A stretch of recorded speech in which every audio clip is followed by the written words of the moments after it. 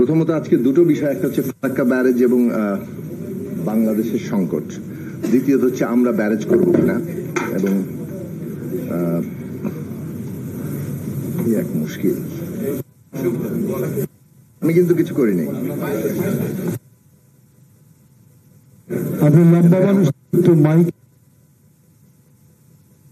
আচ্ছা, ঝুঁকে কথা বলতে হবে। শোনা যাচ্ছে এখন? অল্প সময়ের মধ্যে ফারাক্কা ব্যারেজ এবং এই বিষয়ে এটা আমরা সবাই জানি, আন্তর্জাতিক আইন আছে যে নদীর সমস্ত অববাহিকায় একটা সমান অধিকার থাকে, কিন্তু যারা উজানে থাকে সবসময় সুবিধা নিতে চেষ্টা করে কেউ কেউ, এবং ভারতে সবচেয়ে বেশি সুবিধা নেওয়ার চেষ্টাকারী দেশ। এবং বাংলাদেশের ক্ষেত্রে তাদের নীতি আমরা দেখেছি, আমাদের অভিন্ন সবগুলো নদীতেই তারা কম বেশি পানির প্রবাহে বাধা সৃষ্টি করেছে, এবং এটা একটা নানান মাত্রা রূপ লাভ করেছে। ঐতিহাসিকভাবে দেখলে একেবারে সেই ব্রিটিশ আমল থেকেই গঙ্গায় ব্যারেজ করার প্রথম প্রস্তাব এসেছিল নদিয়াতে, সেটা উইলকক্স সাহেবের প্রস্তাব ছিল, কিন্তু সেই উইলিয়াম উইলকক্সের প্রস্তাবে বিরোধিতা করেছিলেন কিন্তু বাংলার বড় বড় প্রকৌশলীরা, যারা পরবর্তীকালে আবার গঙ্গা ব্যারেজেরই প্রকৌশলী হয়ে উঠেছেন। যেমন এস.সি. মজুমদার, তিনি 27 যখন এই প্রস্তাব করা হয় উইলকক্সের নদিয়া ব্যারেজ, সেটা বিরোধিতা করেছিলেন, কিন্তু 48 সালে যখন গঙ্গা ব্যারেজের ডিসিশন হয় ততদিনে বাংলা বিভক্ত হয়ে গেছে, ভারত পাকিস্তান হয়ে গেছে, রাজনীতি তখন তাদের প্রকৃতি চিন্তা, দেশবোধ সবকিছু বদলে দিয়েছে, যাতে তারা গঙ্গা ব্যারেজেরই প্রকৌশলীতে পরিণত হয়েছেন। পাকিস্তানে এটা গোপনে অনেক তৎপরতা চললেও সেইভাবে একটা সম্ভব হয়নি, কিন্তু বাংলাদেশ প্রতিষ্ঠার পরে অতি দ্রুত গঙ্গা ব্যারেজ বাস্তবায়িত হয়েছে, এবং আমরা দেখলাম যে 75 এসে এইটা পরীক্ষামূলক চালু করার নামে শেষ পর্যন্ত স্থায়ী হয়েছে। এই যে এটা এখন পর্যন্ত চলছে, কখনো চুক্তি হয়, গ্যারান্টি ক্লজ একবার ছিল প্রেসিডেন্ট জিয়া রহমানের সময়, বাকি সময়গুলোতে গ্যারান্টি ক্লজ নেই। এই যে বাংলাদেশের বাস্তবতা, আমি একটা নদী দিয়েই বোঝা যায় 54টি নদীতে কি অবস্থা আছে। সেটা আসলে প্রধানত রাজনৈতিক প্রশ্ন, সার্বভৌমত্বের প্রশ্ন। মানে পানি এখন আর কেবল পানির অধিকার, প্রকৃতির প্রশ্ন নয়, এটা একই সাথে একটা সার্বভৌমত্ব এবং রাজনৈতিক প্রশ্ন। এই প্রশ্নে আমরা সবসময় পিছিয়ে আছি, কারণ আমাদের দেশের শাসকরা তারা নিজের গদি রক্ষার জন্য তারা যে কোনো কিছু বিনিময় করতে প্রস্তুত হয়।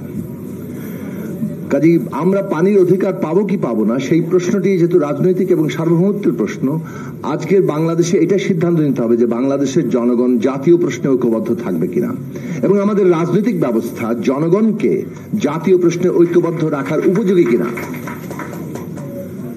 এটাকে মধ্যে একটা রেটরিক স্লোগান নয় যে জাতীয় প্রশ্নে আমাদের ঐক্যবদ্ধ থাকতে হবে, এমন একটা রাজনৈতিক ব্যবস্থা থাকা দরকার যেটা জাতীয় প্রশ্নে জনগণকে ঐক্যবদ্ধ রাখতে পারে।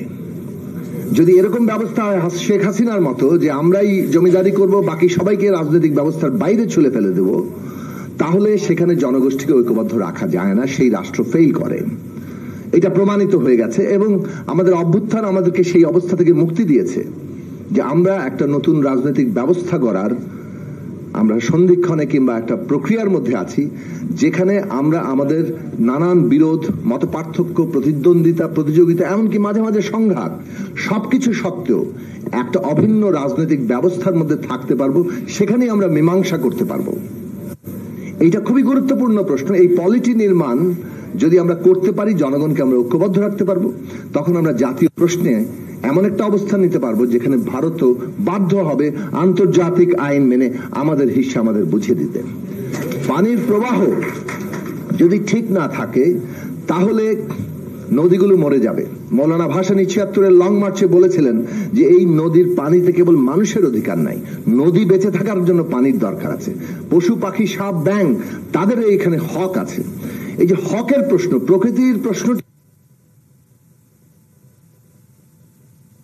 প্রশ্ন না, এটা প্রকৃতি অনুযায়ী সমস্ত পরিকল্পনা পৃথিবীকে নতুন করে সাজানোর প্রশ্ন। না হলে প্রকৃতি যে ধ্বংস হওয়ার মুখোমুখি, ক্লাইমেট চেঞ্জ এবং ক্লাইমেট যে একটা এই চেঞ্জের যে অবস্থাটা, এটা একটা এমার্জেন্সিতে পরিণত হয়েছে, এটা একটা জরুরি অবস্থায় পরিণত হয়েছে।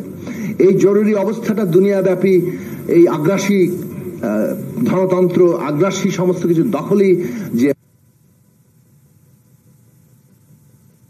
যদি মুক্ত আমরা করতে না পারি বিশ্বব্যাপী, তাহলে হয়তো আমরা কোথায় যে দাঁড়াবো আমরা জানি না, কিন্তু অন্তত আমরা আমাদের ভূমিকা রাখতে পারছি কিনা আন্তর্জাতিক পরিসরে। আমাদের ভূমিকা এই দখলবাজদের থেকে পৃথিবীকে রক্ষা করা, প্রকৃতিকে রক্ষা করা। আমাদের পাল্টা পদ্মা ব্যারেজ করব কিনা, পরিবেশ প্রকৃতির প্রশ্নটি আমাদের কাছে প্রায়োরিটি হওয়া দরকার। এগেইন সুরক্ষার জায়গা থেকে না, প্রকৃতি অনুযায়ী পরিকল্পনা নেওয়ার জায়গা থেকে।